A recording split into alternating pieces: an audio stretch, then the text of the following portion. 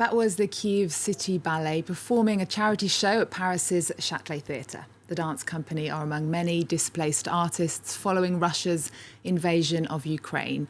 I'm joined in the studio by the founders, Ivan and Katia Kozlov, who created the troupe 10 years ago. Hello. Hello. Hello. Thank you for being here. Now, you arrived in Paris on the 23rd of February with around 40 dancers. You came for a 2-week tour of the children's version of the Nutcracker. The next day, Russia invaded Ukraine and all flights to and from Kyiv airport were halted. Talk us through what happened for you, the dance company, then. When we arrived in Paris, we were hoping to tour Paris and France for a couple of weeks, and we thought we would be just enjoying the French spring. We are lucky enough that we have been so generously offered a place to stay in Paris and a base, and we've had this outpouring of support in Europe that's made this situation a lot easier for us, more bearable. And Ivan, the troupe is made up of around 70 dancers. Nearly half stayed in Ukraine, I think. Do you know, are they safe? No, we don't know for all of them how they are, because those who stayed in Ukraine are not really in touch for now. Mostly of them are male dancers, but we hope to get in touch with them as soon as possible, and we hope they will join our company in the closest time. Well, the Paris Châtelet Theatre has offered the dance company a residency. In March, you put on a performance alongside colleagues from the Paris Opera to raise money for the Red Cross. Let's take a look.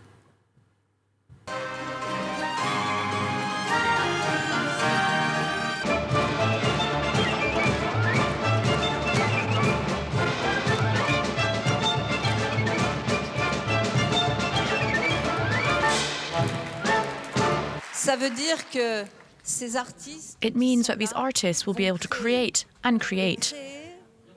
We are artists only when we are free, and creating is an act of resistance.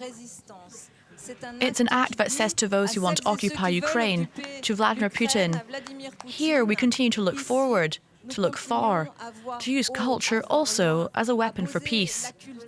It's what we are doing here tonight at the Châtelet Theatre. So, Ivan and Katia, we heard there the Mayor of Paris calling culture a peaceful weapon and saying that while you continue to create, you're resisting. I was just wondering, at this super stressful time, are you managing to carry on creating art? It is hard to keep working, honestly. It is hard to trying to stay rid of the problems at home in our minds to being on the stage. But the show must go on, you know. We have to keep performing. We have to stay up for Ukraine. Our weapon is the art, and we are working from stage. Every successful performance is the success for our country. We're showing that we are strong, unbreakable nation. And it has been a very difficult time for your company, and we can hear from one of the dancers now. This is Anastasia. Dancing allows me to express my feelings. It helps with the anxiety about what's happening in Ukraine. My family's safe. My mother's in Warsaw in Poland. My father's still in Kyiv. Together with other volunteers, he's defending the city. Now, your dance company has featured a lot in the news during this time since the war started. You can see here on channels like France 24, we're seeing non-stop images of the war in Ukraine. I wanted to ask you, what do you think about the way news channels and journalists are covering the war? We have a very unique situation. We have almost 70 dancers, and more than half of them are with us. And normally when we are in Kiev, that means we have a lot of administrative personnel. But due to the fact that this happened so quickly and we weren't prepared, it's just the two of us. And so we are busy with logistics 24/7, and we honestly don't have much time to watch any kind of news coverage. Okay. Well, artists around the world have been coming together to put on concerts in solidarity with Ukraine. In Paris, a benefit concert for peace was held by the Paris Opera in the Palais Garnier. Among the singers was the Ukrainian soprano Lyudmila Monastyrska.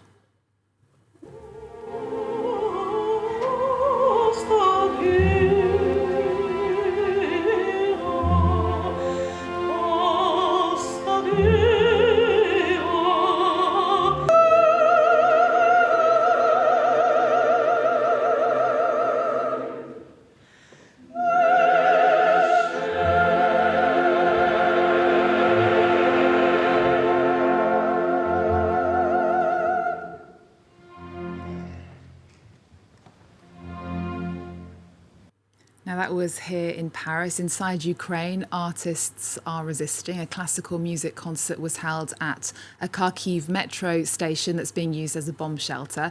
It brought a brief moment of respite to the residents of the city that's been under shelling and artillery fire for more than a month.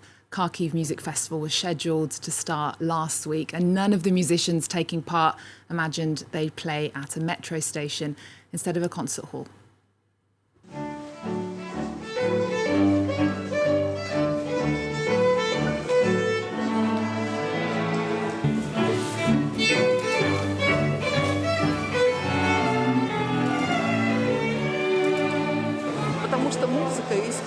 Music is art.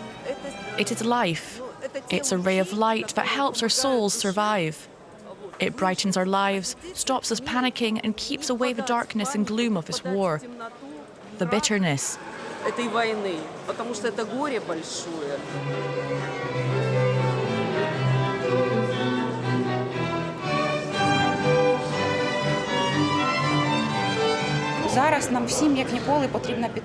We all need support like never before.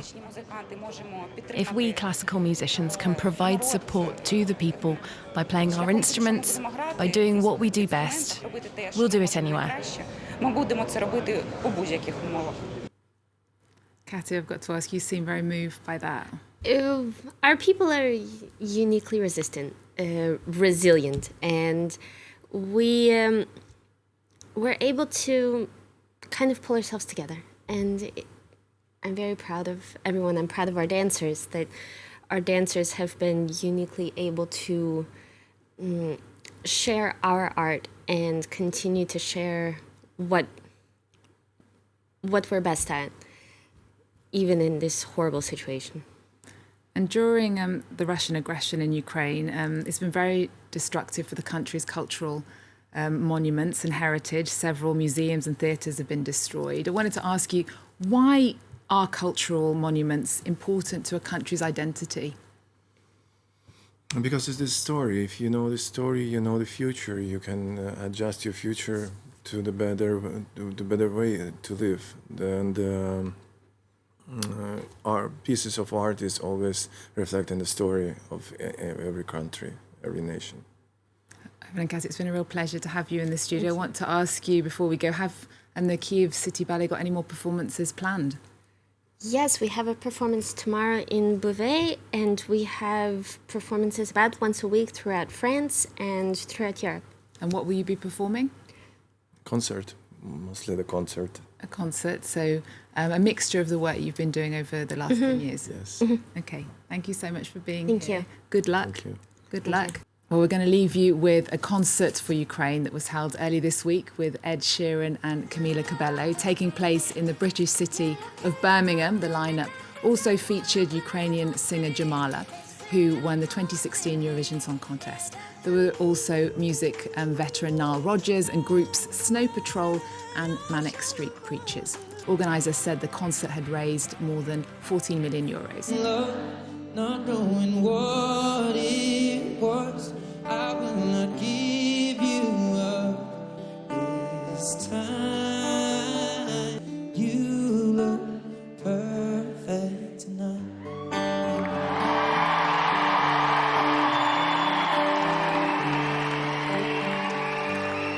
It's such an important cause, an event. I'm so honoured to be here. A poignant moment in the evening was a performance by young violinist Ilya Bondarenko, who played from a basement shelter in Kiev, along with nearly 100 violinists from around the world. We'll leave you with that. Remember our website. We're also on Twitter, Facebook and Instagram. There's more news coming up on France 24 after this.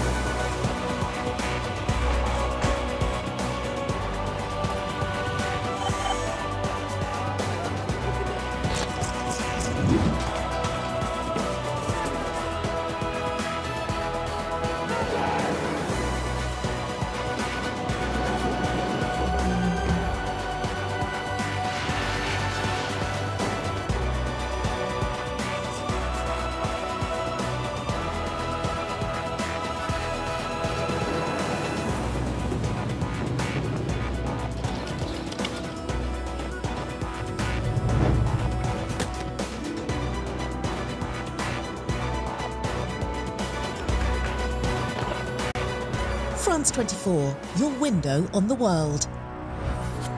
Liberté, égalité, actualité.